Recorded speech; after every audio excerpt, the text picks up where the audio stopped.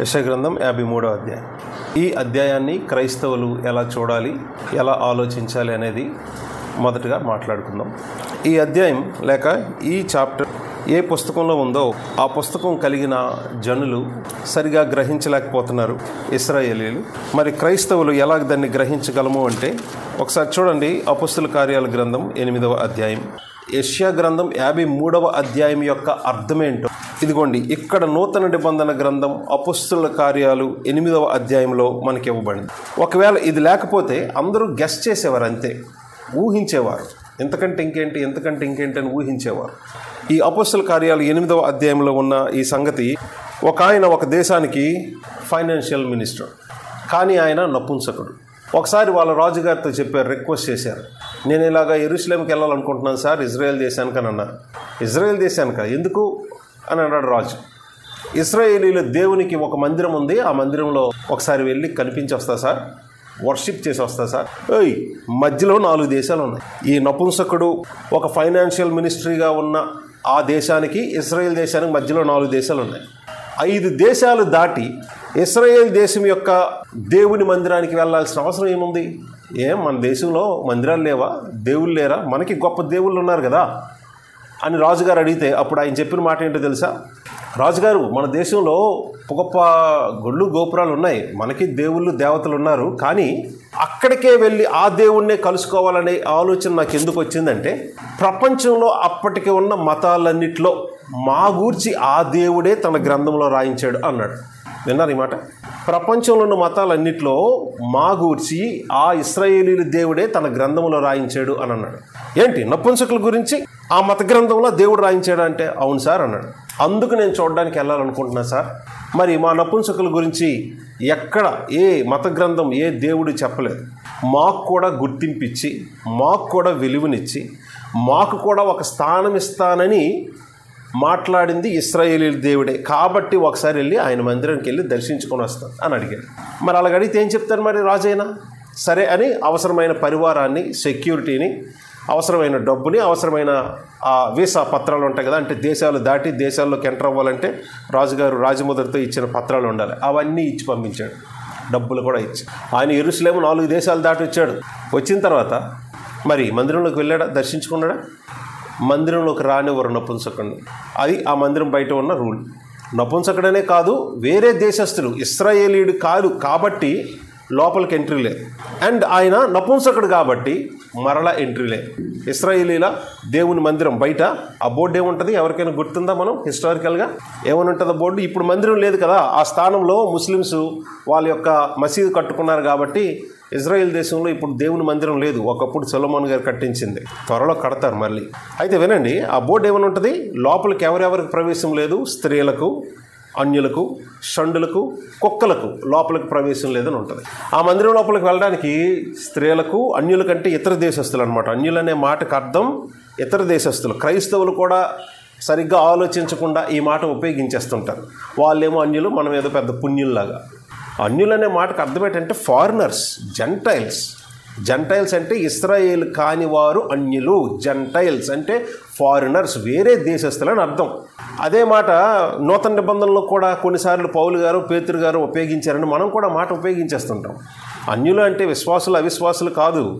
అన్యులు అంటే ఇజ్రాయేల్ కాని వేరే దేశస్తులు అందరూ అన్యులే. అంటే ఇండియన్స్ కూడా అన్యులే. ఈ సెన్స్లో ఇండియన్ క్రిస్టియన్స్ కూడా అన్యులే. అన్య జనాంగం నుంచి ప్రభువైన యేసుక్రీస్తునందుకు విశ్వాసం ఉంచి మనం ఆయనకి శిష్యులు అయ్యాం, విశ్వాసులం అయ్యాం, క్రైస్తవులం అయ్యాం. కానీ మనం కూడా అన్యులమైన అర్థం చేసుకోవాలి. అయితే ఇప్పుడు లోపలికి అక్కడికి వచ్చాడు, అంత దూరం ప్రయాణం చేసి వచ్చాడు. ఆ గేట్ దగ్గర డిస్కషన్ ఏమై ఉంటుంది? ఇంత పెద్ద పరివారంతో వచ్చాను లోపలికి, సారీ సార్ లోపలికి ఎంట్రీ లేదు. చూసావా నా రేంజ్ ఏంటో? మా రాజుగారు ఇచ్చిన చూసావా పత్రాలు చూసారా? రాజుగారి ముద్రతో ఇచ్చిన సర్టిఫికేట్ చూసావా? నాకు ప్రవేశం లేకపోవడం ఏంటి? ఒకసారి బోర్డు చూడండి సార్, ఇది దేవుని దగ్గర రూల్, ఈ మందిరం దగ్గర రూల్, పెద్దల దగ్గర రూల్, మేమేం చేయలేము, మా డ్యూటీ మేము చేస్తున్నాం అంటే ఎంతో ప్రయత్నం చేశాడేమో, డబ్బులు ఇస్తాను అన్నాడేమో, ఏమీ పప్పులు ఉడకలేదు, అంతే వెనక్కి తిరిగి వచ్చేస్తూ ఏ గ్రంథం పట్టుకొని వెళ్ళాడో ఆ గ్రంథాన్నే పట్టుకొని రథంలో గట్టిగా చదువుతూ వస్తున్నాడు. ఆ మాటలు చదువుతున్నాను చూడండి. అదే 8వ అధ్యాయం 31వ వచనం. బైబిల్ వెనక నుంచి 111వ పేజీలో ఉన్న మాటలు చదువుతున్నాం. చూడండి ఏం జరిగిందో. 27వ వచనం నుంచి, అప్పుడు ఐథియోపియులు అంటే ఇథియోపియా రాణి అయిన కందాకే క్రింద మంత్రి అయి ఆమె యొక్క ధనాగారం అంతటి మీదనున్న ఐథియోపియుడైన నపుంసకుడు ఆరాధించుటకు యెరూషలేమునకు వచ్చి ఉండెను. అతడు తిరిగి వెళ్ళుచు అనే మాటలోనే మనం అర్థం చేసుకోవాలి. మరి ఆరాధించడానికి వచ్చిన వాడు ఆరాధించాడంటే అది పరిస్థితి అర్థం చేసుకోవాలి. అతడు తిరిగి వెళ్ళుచు తన రథం మీద కూర్చుండి ప్రవక్త అయిన యెషయా గ్రంథము చదువుచుండెను. అప్పుడు ఆత్మ ఫిలిప్పుతో, నీవు రథము దగ్గరకు పోయి దానిని కలుసుకొనమని చెప్పాను. ఫిలిప్పు దగ్గరకు పరిగెత్తుకొని పోయి అతడు ప్రవక్త అయిన యెషయా గ్రంథము చదువుచుండగా విని, నీవు చదువునది గ్రహించుచున్నావా అని అడుగ్గా అతడు, ఎవడైనను నాకు త్రోవ చూపుకుంటే ఎలాగూ గ్రహింపగలనని చెప్పి రథమెక్కి తనతో కూర్చుండమని ఫిలిప్పును వేడుకొనెను. అతడు లేఖనమందు చదువుచున్న భాగమేందనగా, ఇప్పుడు ఈ మాటలు చూడండి 32వ వచనం నుంచి, ఆయన గొర్రె వలె వదకు తేబడెను, బొచ్చు కత్తిరించు వాని ఎదుట గొర్రెపిల్ల ఎలాగో మౌనముగా ఉండునో అలాగే ఆయన నోరు తెరవకుండెను. ఆయన దీనత్వమును బట్టి ఆయనకు న్యాయ విమర్శ దొరకకపోయెను. ఆయన సంతానము ఎవరు వివరింతురు? ఆయన జీవము భూమి మీద నుండి తీసివేయబడినది అని చదివారు. అప్పుడు నపుంసకుడు, ప్రవక్త ఎవరిని గూర్చి ఎలాగ చెప్పుచున్నాడు? తన గూర్చా వేరొకను గూర్చా? దయచేసి నాకు తెలుపుమని ఫిలిప్పును అడిగాను. అందుకు ఫిలిప్పు నోరు తెరిచి ఆ లేఖనమును అనుసరించి అతనికి యేసును గూర్చిన సువార్త ప్రకటించెను. అంతే. తర్వాత ఏమైంది మీరు చూశారు కదా. ఏమర్థం కావాలి? యెషయా గ్రంథం 53వ అధ్యాయంలో ఉన్న యెహోవా సేవకుడు, యెహోవా బాహువైన ఈ వ్యక్తి ఎవరు? ఎవరిని గూర్చి ప్రవక్త అయిన యెషయా మాట్లాడుతున్నాడు? యెషయా ప్రవక్త గురించా లేక వేరొకని గురించా అంటే అప్పుడు దేవుని సేవ. ఆ ఒక సందర్భంలో ఫిలిప్పు గారు ఒకే వ్యక్తికి రథం వెనకాతల పరిగెత్తి రథాన్ని కలుసుకొని ఆ రథం మీద ఉన్నోడితో మాట్లాడితే అతగాడు రథం ఆపించి, దయచేసి నాతో రథం ఎక్కి కూర్చోండి, నాతో ఈ విషయాలు కొద్దిగా చెప్పండి సార్ అని ఆ పెద్ద ఆయన ఎక్కించుకున్నాడు ఈయన చూసి. సో ఈ అధ్యాయం మనం చూసినప్పుడు ఏ భావంతో చూడాలో తెలుసండి. ఒక నపుంసకుడు యొక్క పరిస్థితి ఏంటో తెలుసా? తనకెవరు ఉండరు జీవితంలో, ఒంటరివాడు. ఒకవేళ కష్టపడి సంపాదించినా ఎవరి కోసం సంపాదించాలి? ఏ తల్లిదండ్రులకు పుట్టారో మీరు వింటారు కదా, తల్లిదండ్రులు పుట్టారో ఆ తల్లిదండ్రులు ఇంట్లో ఉంచుతారనుకున్నారా? నపుంసకుడైతే పెళ్లికి పనికిరాని పిల్లల్ని చాలా దాదాపుగా ఉంచరు తెలుసా అండి. అంటే బయటకి ఎవరికి తెలియనట్లుంటే వేరు, బయటికి మన ఇంట్లో పుట్టిన అబ్బాయి పరిస్థితి అది అని తెలిస్తే ఇంట్లో కూడా అంత దీనిగా ఉంచే తల్లిదండ్రులు ఊరి వాళ్ళు ఉండరు. కొన్ని ఆవులు చూసారా డిఫరెంట్గా పుడతాయి, కాల్లో ఏవో ఒకటి ఎక్స్ట్రా ఉంటాయి. అలాంటి ఆవులను ఇంట్లో ఉంచుకోరు. కాశీ ఆవుని దాన్ని ముద్రేసి వదిలేస్తారు, దాన్ని ఎవరు కొట్టరు కూడా. అటు వస్తే వాటికి పుణ్యం, దానికి ఏదో తిండి పెట్టడం పుణ్యం అని తిండి పెడుతూ ఉంటారు. మనుషులు ఒకవేళ ఇతరులాగా కనిపించకపోతే తక్కువగా చూస్తారు, అసహ్యంగా కూడా చూస్తారు. మా ఇంట్లో పుట్టిన బిడ్డ ఈ అబ్బాయి అని చెప్పుకోవడానికి కూడా చాలామంది అవమానంగా ఫీల్ అవుతారు. ఇలాంటి వాళ్ళని ఏం చేసేవారు తెలుసా? అలాగ అడ్డదిడ్డంగా పుట్టిన పశువుల్ని గుడికి అప్పగించినట్టు, కాశీకి అప్పగించేసేటట్లు ఇలా పుట్టిన వాళ్ళను కూడాను సమాజానికి అప్పగించేవారు, ఇంట్లో ఉంచుకుంటారు. పరువు తక్కువ. ఇంకా తల్లిదండ్రులు కూడా పాపం జీవితంలో లేనట్టు. అలాంటి వాళ్ళ గురించి పట్టించుకొని ఎవరు రాస్తారు? ప్రపంచంలో ఆయన ఆ రాజ్యంలో, ఆ దేశంలో ఆయన పెద్ద ఫైనాన్షియల్ మినిస్ట్రీ ఎందుకు ఇచ్చారో మీకు అర్థమవుతుందా? ఎదగాడికి ఎవరు లేరు కాబట్టి ఇంకెలాంటి, నాకంటూ కుటుంబం ఉందనుకోండి, నాలాంటి వాడికి ఫైనాన్స్ మినిస్టర్ ఇచ్చారనుకోండి, మా చుట్టాల అబ్బాయికి వాళ్ళకి వీళ్ళకి ఏదో నేను చేస్తా జిమ్మిక్లన్నీ మనుషులుగా సాధారణంగా తెలిసిన వాళ్ళకి అది ఇది అని, లేక సంపాదించుకోవడానికి బ్రైబ్ లంచం తీసుకొని ఇంకేవో చేస్తారు. సో ఇలాంటి వాళ్ళకి ఇలాంటి పనులు ఎందుకు ఇస్తారంటే ఇందుకే. సో ఇలాంటి వ్యక్తిని కూడా పట్టించుకొని తన గ్రంథంలో దేవుడు రాయించిన మాట ఏంటి? అది కూడా యెషయా గ్రంథమే తెలుసా? నా ఇంట్లో నీకు స్థానం ఇస్తానన్నాడు దేవుడు. కుమారులు కుమార్తెలు అని పేరు పెట్టడం కంటే అంతకంటే గొప్ప పేరు ఇస్తానన్నాడు. ఆ మాట ఎవరి గురించి చెప్పారు క్లియర్గా తెలుస్తుంది. కుమారులు కుమార్తెలు అనే పేరు కంటే ఇంకా గొప్ప పేరు ఇస్తానన్నాడంటే ఏ మనిషి గురించి మాట్లాడుతున్నాడు? అటు ఆడ కాదు ఇటు మగ కాదు, అలాంటి వాళ్ళ కోసం మాట్లాడుతున్నాడని క్లియర్. షండు ఎండిన చెట్టు అని అనుకోకూడదు అని దేవుడు అన్నాడు. ఆ మాట ఎందుకన్నారు మీకు అర్థమవుతుందా? పాపం జీవితం ఎవ్వరికి ఉపయోగపడదు, ఎవ్వరూ చేర్చుకోరు, ఎవ్వరూ ప్రేమించరు, ఎవ్వరూ గౌరవించరు. అలాంటి వాళ్ళ జీవితం పాపం ఒంటరిగా సమాజంలో ఉంటుంది కదా. అలాంటి వాళ్ళు ఎలా అనుకుంటారు? నేను ఎండిన చెట్టు అంటే నా దగ్గర నుంచి ఏ ఫ్రూట్ రాదు, ఫలం రాదు, నేను ఫలించనంటే నాకు పిల్లలు లేరు, నాకు ఫ్యామిలీ లేదు, నాకెవ్వరూ లేరు, ఎవరి కోసం బతకాలి, ఎందుకు ఈ జీవితం అనే దుఃఖంలో ఉన్న మనుషులకి ఈ యెషయా గ్రంథం 53 ఏమిస్తుందో తెలుసా? చెప్పలేని అద్భుతమైన కుటుంబాన్ని ఇస్తుంది, అద్భుతమైన ఐడెంటిటీ ఇస్తుంది, అద్భుతమైన ప్రేమను ఇస్తుంది. మీకు మాట తెలుసు కదా, ఈ మధ్య మనం కీర్తన గ్రంథంలో చదువుకున్నాం, నా తల్లి తండ్రి నన్ను బయటికి తోసేసినా ఎవరు నన్ను చేరదీస్తారు, ఎవరు నన్ను పిలుస్తారు, ఎవరు నన్ను చేర్చుకుంటారు కాదు, ఎవరు నన్ను చేరదీస్తారు. ఆ మాటలో ఉన్న ఎమోషన్ మీనింగ్ అర్థమవుతుందా? లోకంలో ఎవరు మనకి తెలియదు, తెలిసిన వాళ్ళనే ఇంట్లో ఉంచరు, బయటికి తోసేస్తూ ఉంటారు, ఈవెన్ తల్లిదండ్రులు కూడా. అలాంటిది ఎవరు లేక రోడ్డు మీద ఒక్కడు పడ్డాడు, అలాంటి వాళ్ళని ఎవరు చేరదీస్తారు? అక్కడ ఉన్న మాట ఏంటో తెలుసా? యెహోవా నన్ను చేరదీయు. ఎంత అద్భుతమైన మాట. యెహోవా అంటే ఎవరు? ప్రపంచానికి తెలిసి మోస్ట్ డేంజరస్. అలాంటి దేవుడు ఈవెన్ తల్లిదండ్రులు బయటికి తోసేసినా కానీ నా దగ్గర ఉండుదా అని చెప్పి చేరదీస్తాడంటే, ఇదిగో ఈయనకి అదే విషయం అర్థమవుతుంది. ఈ పుస్తకాన్ని లేక ముఖ్యంగా ఈ యెషయా గ్రంథం 53వ అధ్యాయం చదువుతున్నప్పుడు ఎవరి గురించి మాటలన్నీ రాశారు అంటే, అదిగో పెద్ద ఆయన చెప్తున్నాడు, ప్రవక్త చెప్తున్నాడు, దైవజనుడు చెప్తున్నాడు, యేసు గూర్చిన మాట. అంటే యెషయా గ్రంథం 53వ అధ్యాయంలో ఇలాంటి పరిస్థితిలో ఉన్న వ్యక్తి ఎవరు అంటే యేసు అని అపొస్తలుడు సాక్ష్యం ఇస్తున్నాడు. ఆ విషయం లూకా గారు, అంతేనా? అపొస్తల కార్యాల గ్రంథం ఎవరు రాశారు? లూకా గారు రాశారు. లూకా సువార్త ఆయనే, అపొస్తల కార్యాల గ్రంథం కూడా ఆయనే. ఆ డాక్టర్ లూకా గారు ఆ విషయాన్ని రాశారు.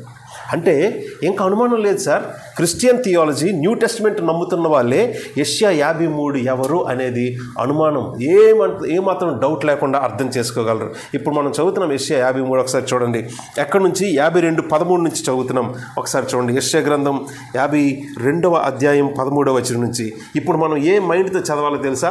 ఏ కళ్ళతో చదవాలో తెలుసా? ఏ చెవులు, ఏ హృదయంతో చదవాలి, ఏ మనసుతో అంటే, ఇప్పుడు ఆ రథంలో ఉన్న వ్యక్తి ఉన్నాడే, ఆ వ్యక్తి మొట్టమొదటిసారి విన్నాడు యేసుక్రీస్తు గురించి. ఆయన వచ్చింది యూదుల దేవుడిని ఆరాధించడానికి వచ్చాడు. యూదుల దేవుడు ఎవరు? యెహోవాను ఆరాధించడానికి వచ్చిన వాడు యేసుక్రీస్తు గురించి విన్నాడు. చూసారా, యెహోవాను ఆరాధించడానికి ఎంతోమంది వస్తారు, కానీ పాపం యెహోవా ఈ లోకానికి ఇచ్చిన సేవకుడు ఎవరు, ఆయన చూపిన ప్రేమ ఏంటో, ఈ లోకానికి ఇచ్చిన ఆయన మెసేజ్ ఏంటో ఎవరికి అర్థమవుతుంది? ఇదిగో దేవుడు తన అపొస్తలుని పంపించి మరి ఇదిగో ఆ మాటలన్నీ ఉన్నవి. యెహోవా నీ కోసం ఎవరిని మొత్తారో తెలుసా?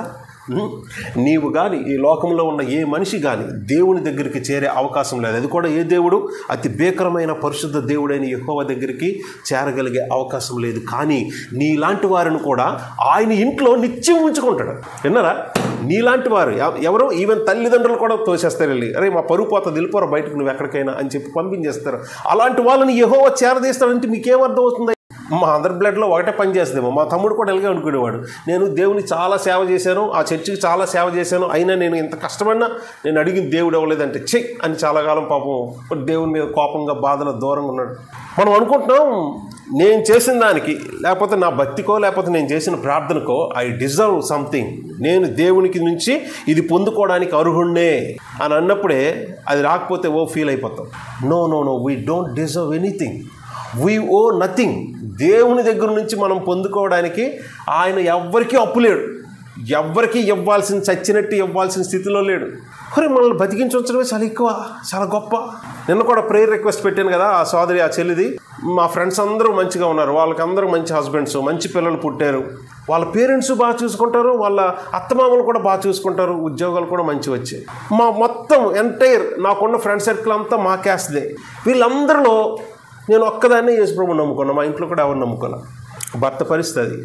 మా అత్తమామలు ఎలా చూస్తారు, మా అమ్మ నాన్న నన్ను రానివారు కూడా, నాకు పిల్లలు లేరు ఇంకా అని చెప్తుంటే ఏం చెప్తాం మనం? అదేదో వచ్చిపోయింది. కానీ ఆ నెల వస్తే ఇప్పుడు 9 సంవత్సరాలు అవుతుంది నా మ్యారేజ్ అని కూడా మెసేజ్ నాకు పెట్టారు, ప్రేయర్ చేయండి మా కోసం, నా కోసం అని. వాళ్ళ ప్రభువులోకి మేమే నడిపించాం. ఆ అమ్మాయిని సువార్త చెప్పి మాతో పాటు చర్చికి తీసుకెళ్ళి, మా పాస్టర్ గారు చెప్పి శ్రీకాకుళం ప్రభులోకి వచ్చింది మన సువార్త చెప్పబట్టే. అలాగా ప్రభు మనల్ని వాడుకొని ఆ అమ్మాయిని రక్షించుకున్నారు. ఒక వ్యక్తి జీవితానికి రక్షణకి సంబంధించిన, అంటే రక్షణకి ఆశీర్వాదంగా ప్రభు మనల్ని వాడుకున్నారు. కానీ ఇప్పుడు ఈ పరిస్థితి వచ్చినప్పుడు ఏం చెప్పాలి ఆమెకి? అమ్మ, మీ ఫ్రెండ్స్కి, మిగతా వాళ్ళందరికీ ఏ ఆశీర్వాదాలు ఉన్నాయో అవన్నీ వాళ్ళకి దొరికినవి, వచ్చినవి యేసు ప్రభు వాళ్ళే. వాళ్ళకి అవన్నీ ఉన్నాయి, కానీ వాళ్ళకి ఆయన లేడు. నీకు అవేవి లేకపోవచ్చు, కానీ నీకు ఆయన ఉన్నాడు. బాధ ఉంటుంది, అవమానంగా ఉంటుంది, కానీ నువ్వు అర్థం చేసుకో, ఈ జీవితమే మొత్తం కాదు, అంతా కాదు, అసలైన జీవితం ఉంది. దానికోసం వాళ్ళు ఏమీ సంపాదించుకోలేదు, నువ్వు అసలైంది సంపాదించుకున్నావు. నువ్వు అలా బాధపడకూడదు. ముఖ్యంగా మొదటి విషయం. రెండో విషయం, వాళ్ళు దేవుణ్ణి నమ్మలేదు, ప్రార్థన చేయలేదు, కానీ వాళ్ళకి అవన్నీ ఉన్నాయి.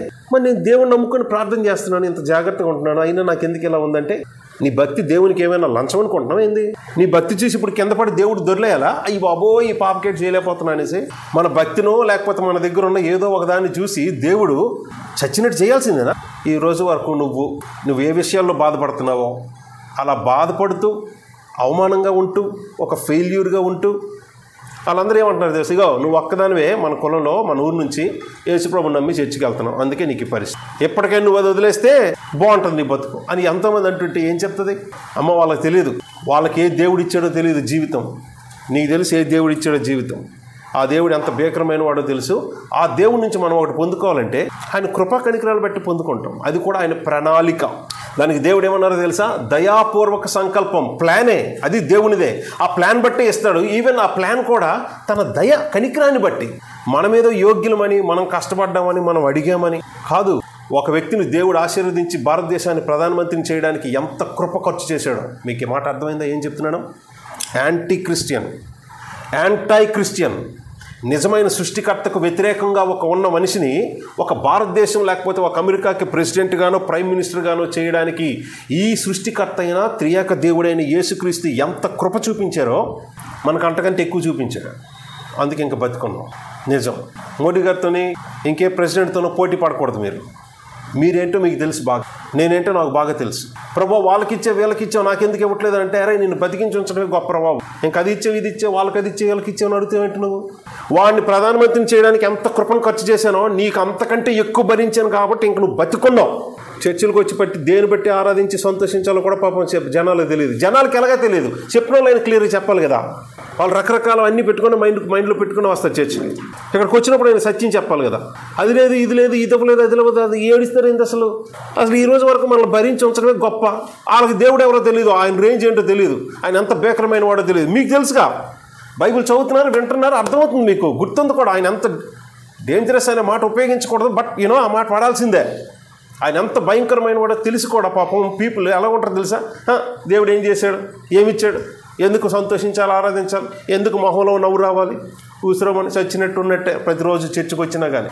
ఆ పాటలు పాడిన పాటల్లో కూడా ఏం మ్యూజిక్ ఉంటేనే సంతోషం ఉంటుందా?